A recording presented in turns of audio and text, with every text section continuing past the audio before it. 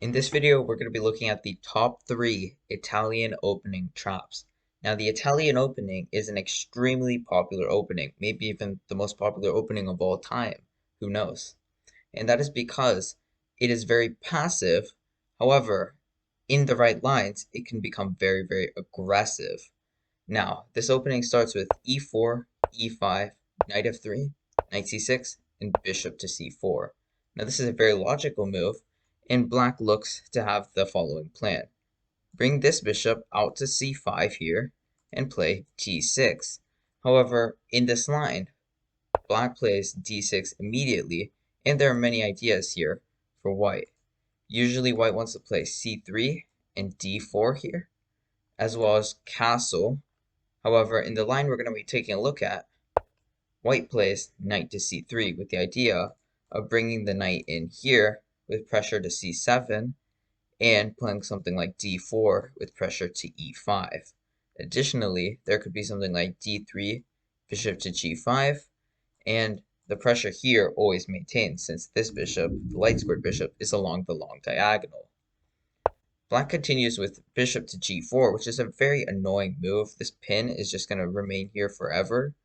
And knight to d4 is a lurking threat.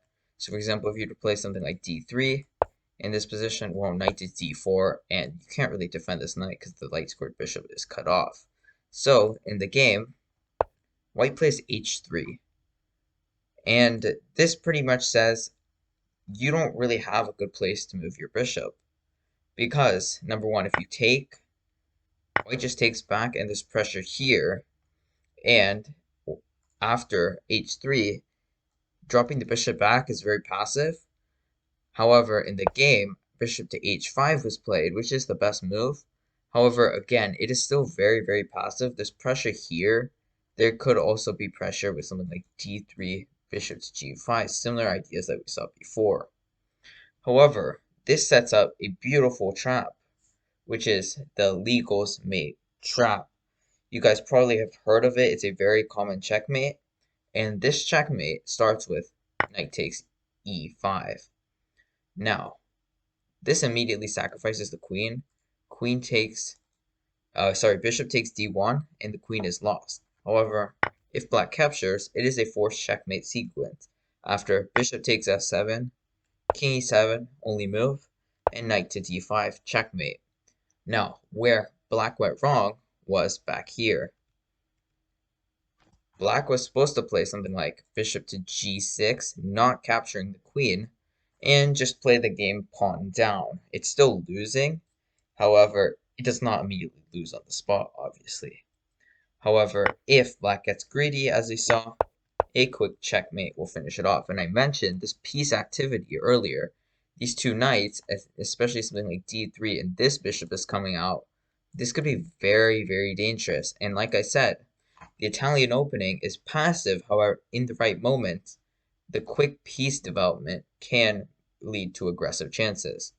Now, the next trap I'd like to look at is known as Chigorin's trap, named after Miguel Chigorin, a famous Russian player from years ago. He was considered one of the best, and this is a highlight from one of his games, famously dubbed now as Chigorin's trap. Obviously, it starts off with the Italian opening. However, in this game, as compared to d6, which you saw earlier, black plays bishop to c5. And this move now sets up d6, because now the bishop won't be blocked. The game continued logically with with d3 and d6, and white simply castled. Now, white's plan is to play something like c3, d4, or play something like knight c3 and knight d5. Possibly bishop to g5 could come out. Now, black, on the other hand, to create counterplay, wants to play bishop to g4, knight d4, similar, and possibly even push this way along the king side since it is pretty weak. There's only one piece defending the king side. The rook doesn't really count because it's blocked in, and this knight could easily come in. This bishop could come in as well as the queen. And we see that. However, at the moment, this is just a natural developing move. However, it could get dangerous later on in the future, as I mentioned. White continues with bishop to g5, which is a very logical move. setting up knight c3, knight d5 with pressure here. And remember, again, this bishop cannot come back to e7 to defend. So black plays h6, keying off the bishop. However, as we saw earlier, white just plays bishop to h4 and says, well, you can't really kick off my bishop because if you really want to play g5, your kingside squares are so weak you can't really castle without just losing to checkmate. However, in the game, black does in fact play g5. And the idea is here, you're going to want to go 8 after bishop to g3, which is what happened in the game. You want to play h5,